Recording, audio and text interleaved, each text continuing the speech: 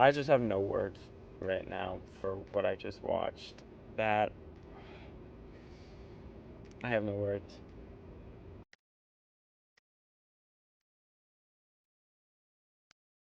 Hey everyone, welcome back to Tampa Bay Sports Daily, and I'm gonna try to make this video without crashing out.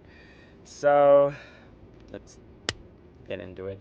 Buccaneers lose again. Now have lost 6 of their last 8 on a game-winning field goal.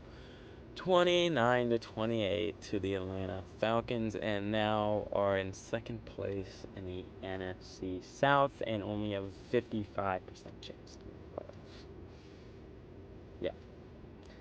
A season that started 6-2, and now we're 7-7. This team never can win anything easily. They never can, but you know, watching this team for 19 years of my life, and half of that being absolutely horrendous teams, I've watched some horrendous football from this team, but I think this is the worst I've seen them play in a while.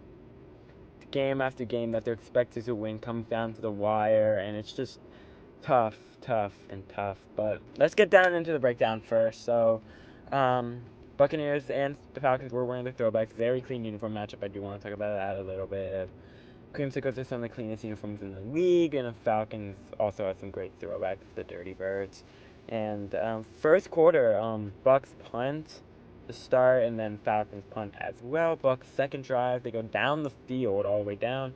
Jalen McMillan gets a nice 19-yard catch, and then Sean Tucker gets a 1-yard rushing touchdown, and the Bucs start up to a 7-0 lead, and looking good. Offense looked good on that first drive. Falcons respond with a Kyle Pitts touchdown, and I'll be talking about him a lot tonight, as we did something for the first time in a while. But anyways, move on to the second quarter. Bucs kick a field goal. Chase McLaughlin hits that one, and then Kyle Pitts gets his second touchdown. 14-10. Bucs get a late field goal, so it's 14-13.5, and I'm like, uh-oh, this is not looking great. And then Bucs' first drive, second half, look great on offense, go down the field, get a touchdown. Falcons start driving, we make them fumble. Brian Robinson fumbles in our territory, we get another touchdown, and I'm like, hey, we're up 28-14 with 12 minutes left in the game. 12 minutes left in the game. 14. Falcons go down. Brian Robinson touchdown. We stopped the 2-point conversion. We're up 8. We're up 8 with like 6 minutes left. Baker Mayfield, what are you doing here? Honestly, this is completely on Baker. You had wide open Chris Godwin. You try to get it to Tez Johnson. You saw how they read that play on the previous throw. Why throw it again? Why call the same play, Grizzard? And I'm going to crash out afterwards, because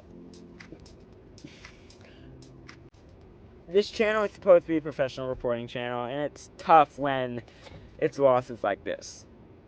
So, Bucs turn it over. Falcons get another touchdown. You'll never guess who. Kyle Pitts! And honestly, I think he was out of bounds. His elbow hit before the knee, before his buttocks hit, and they go for 2. Don't get it again. All the Bucs have to do is run out the clock, and they start by doing it. They get a first down, looking good, and then they throw it on second down. What are you doing? They have no timeouts. Run the ball, get it to the 2-minute warning, and then think about throwing the football. You run it down to like a minute and a half. If anything, you run it down to a minute and a half. But Todd Bowles is so freaking incompetent as a head coach. They called 2 passes. Both are incomplete. One's a sack. 2 minutes. Falcons have basically 2 minutes at the 30-yard line. We get a sack on first down. Then a holding on second down. It's 3rd and 18 if you decline the holding, but you accept it to give them another shot. They get a 14-yard play. Then another 14-yard play. They're already in field goal range. What the hell are you doing? What the hell are you doing? Zane Gonzalezz kicks the game-winning field goal 43 yards, and if you've heard that name before, he kicked the game-winning field goal when we played the Commanders in the playoffs last year. Now, Todd Bowles, if you watch this, you should be gone tomorrow. I do not care. You should be gone tomorrow. Press conferences are going on right now. I don't even care what you have to say.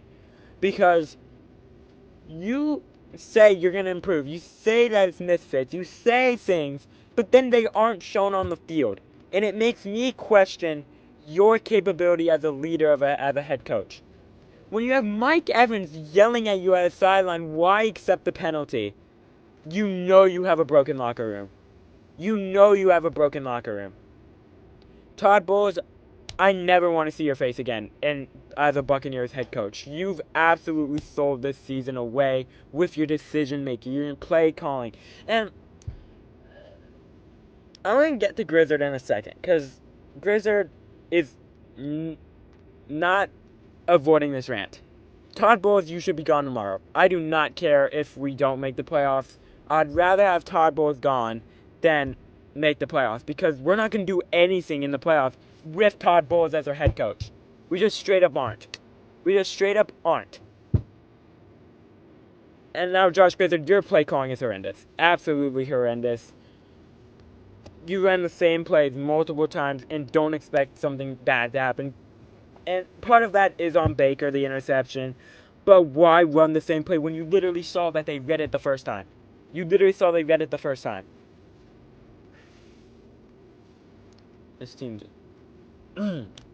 it's just frustrating watching your team go out there, play well enough to win, but then sell the game because they're just incompetent of leadership and head coaching. And people are blaming Baker. Baker didn't have the best game. He forced a lot of throws. They had the game-winning throw to Emeka Egbuka, but missed him, and it's just tough. It's tough. So, Bucs need the Saints to win. If the Saints don't win, honestly, I won't care about the division anymore. Like, sure, if we beat the Panthers, we have to beat them twice now. Because they're not going to lose the Saints again. They're going to split the Saints at best. So, congratulations, Panthers. You've won the division because the Bucs are the most incompetent team in the NFL. You started 5-1, even with 6-2 at one point before Detroit. You were 6-2 after Detroit. After the bye, you were 6-2. 6-2 heading into the bye. You were in a great position. You had one of the easiest schedules outside of those first 3 games of the bye. You drop all 3 of them. You're 6-5 now. You beat the Cardinals. You're 7-6, and now back-to-back losses against teams you should beat. Teams you should beat. And you don't win. Playoff teams beat the teams they should. This is not a playoff team. You saw the Panthers a couple weeks ago go out and beat the Rams. It wouldn't surprise me if they go out and beat the Seahawks in 2 weeks. It is just frustrating. Frustrating because it's the last 4 seasons under Todd Bowles. The last one under Brady and the 3 under Baker. Losses to teams you should not lose to. Swept by the Panthers 4 years ago. Lost to Kenny Pickett and the Steelers 4 years ago. 3 years ago. Lost to the Falcons. Twice. With Desmond Ridder at quarterback. Desmond Ridder. Losses like a bad Cowboys team. A freaking fresh start Houston Texans team. Now, that loss does not look as bad as it did when they first played them in 2023. Then, last year, you get swept by the Falcons again.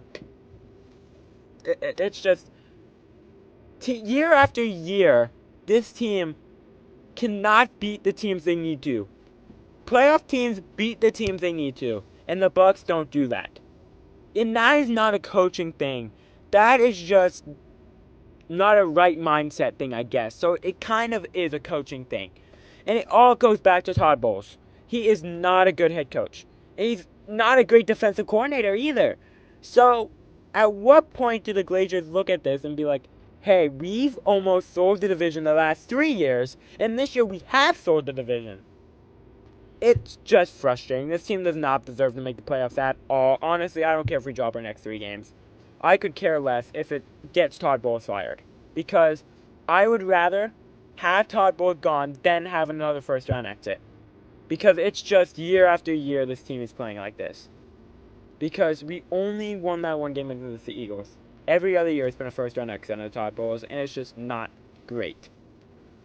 Again, Buccaneers fall to the Falcons 29-28, and thank you for listening to my rant about Todd Bowles. I'll probably do another video breaking more down what losses I think are the worst and more reasons they should fire him, but that's going to do it for this video, recapping the Bucs and the Falcons and what was a horrendous game.